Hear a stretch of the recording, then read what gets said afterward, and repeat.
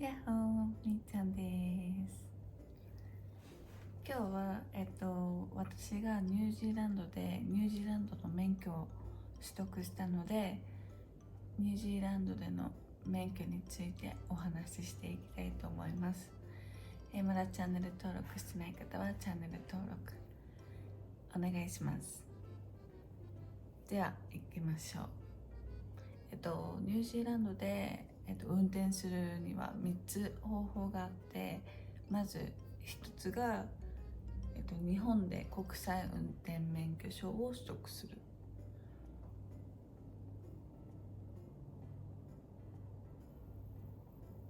ニュージーランドでただ運転したいだけであれば、日本で国際免許を取るだけで問題ありません。で、日本で行かないといけないんですけど、その期間が1年しか続かないんで、ギリギリ出発直前ぐらいにやらないと、もしワーホリで最後まで運転したいってなった場合はね、1年続かなくなっちゃうので、ギリギリでも申請もね、どれぐらいかかるかわからないんで、ギリギリすぎても危ないところではあるんですけど、ただそこの免許センター、近くの自分が取った免許証の最寄りの免許センターに行かないといけないみたいで、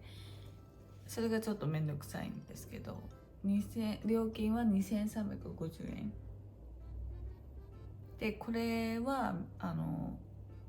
こっちでの ID にはならないです。で、次に日本の運転免許証を英語に翻訳する。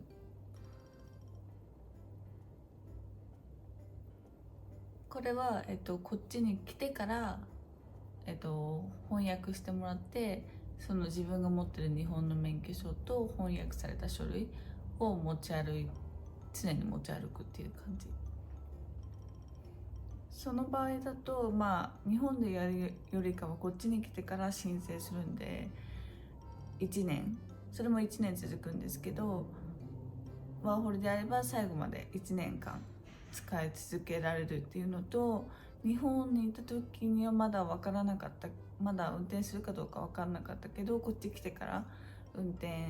するっていう方にはいいかなと思います。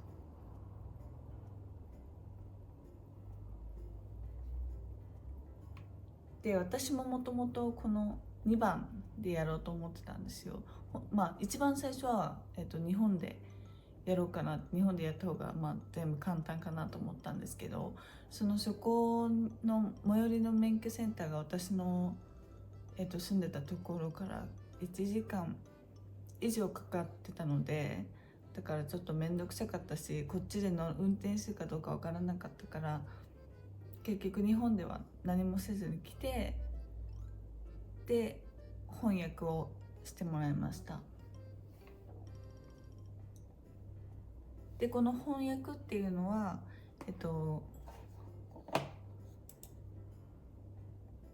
日本の大使館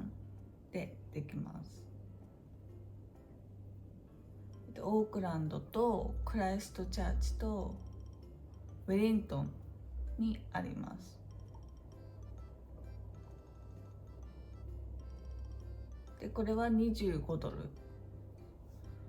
で3日間、処理がかかります。で、ナンバー3、日本の運転免許証からニュージーランドの免許証へ書き換える。これはまず最初にさっき2番の翻訳を大使館でやってもらってから、その書類と一緒に AA っていう、こっちでいうその免許セン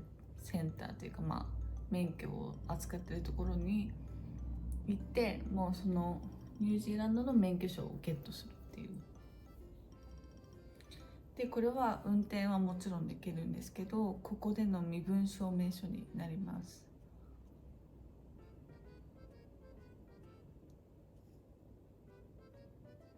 で、それを持っってるとそれは10年間有効になります。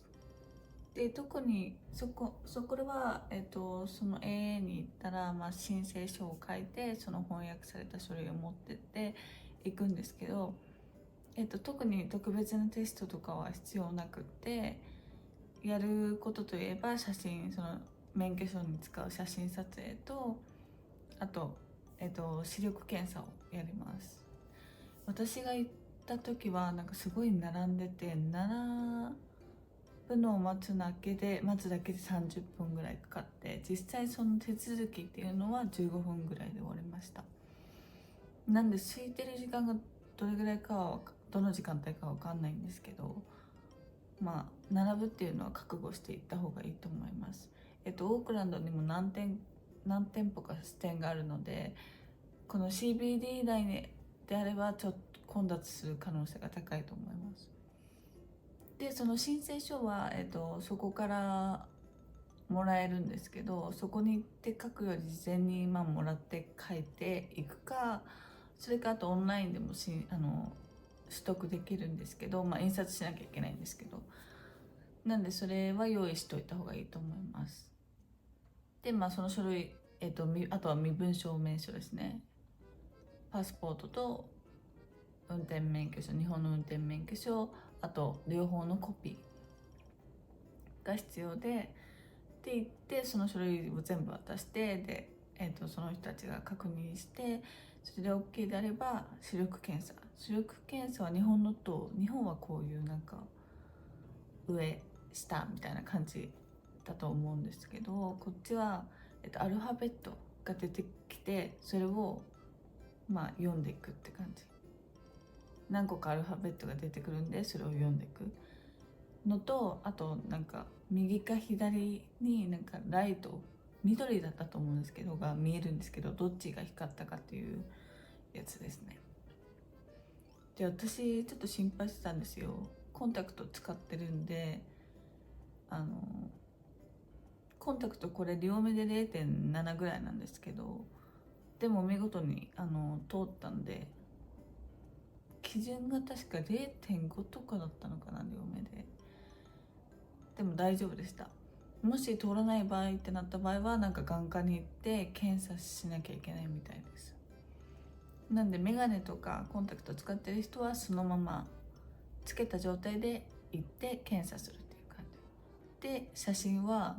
その場で撮られて、でトータルで15分くらいで、そんなに難しいことはないですね。ただちゃんとその書類を、その申請書を正しく書き終えてれば特に問題はないです。でその料金が、26ドル40セントなんで、翻訳が25ドルなんで、トータルで50ドルぐらいですね。そんでちなみにこのニュージーランドの免許のちなみにこれは日本の免許を2年以上持ってる人の話ですね。2年以上持ってなければ多分テストを受けないといけないです。でニュージーランドの免許と日本の免許の取得についてちょっと異なるんで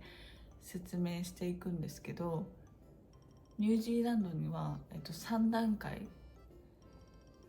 完全に免許取得するまでに3段階あって、ラーナーライセンスとディストリクティッドライセンス、フルライセンスっていう3種類があります。で最初はそのラーナーライセンスっていうのがなんかその免許センターに行ってテスト、筆記試験をするんですけど、それを合格したらもらえるんですよ。別に運転しなくてもね。で初心者マーク L マークっていうのはこっちそうなんですけど、それをもらって2年以上運転免許を持ってる人と一緒に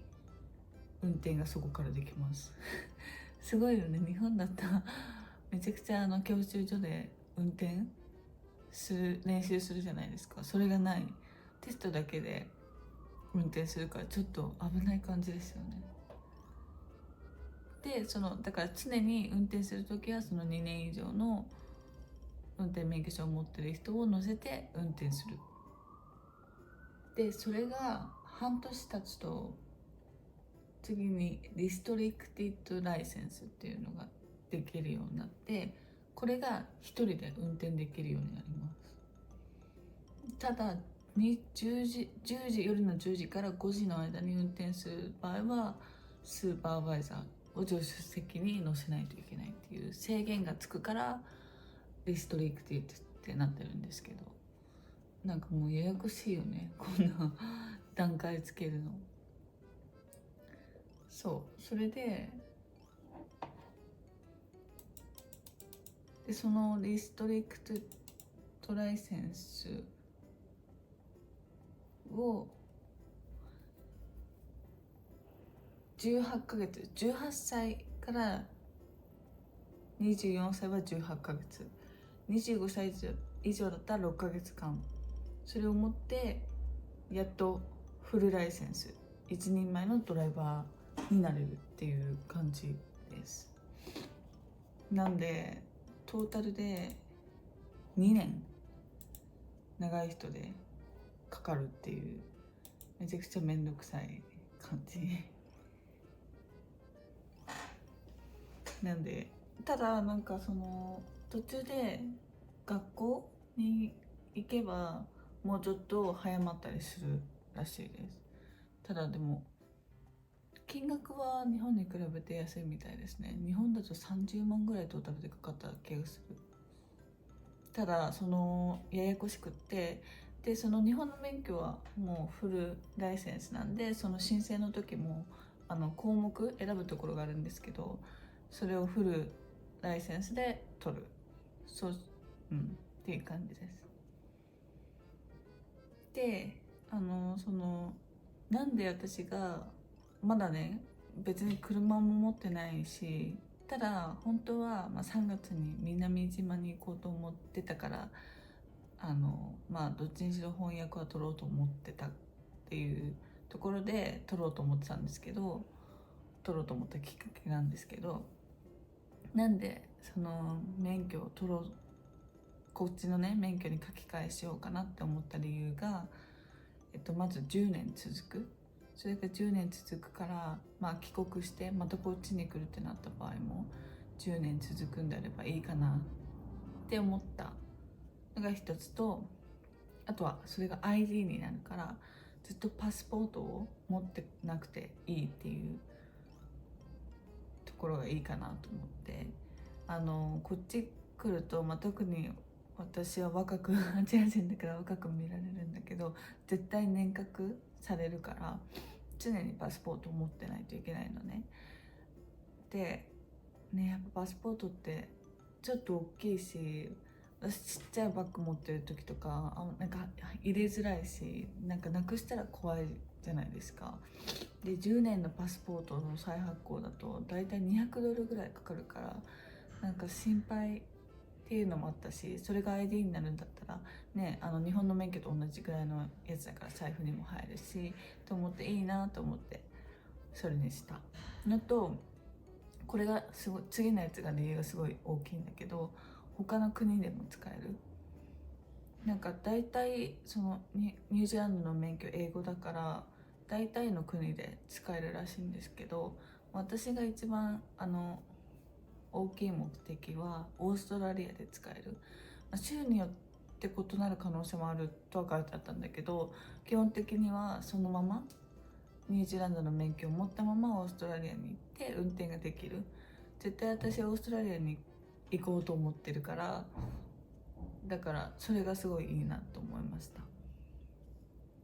でまた、車買う予定は今のところはないんだけれども、車を買う時になんか信頼されやすいニュージーランドの免許証を持ってる方がなんか買いやすかったりするみたいです。それで最後に、保険料が安くなる。車を買う時もそうだし、レンタカーを借りる時も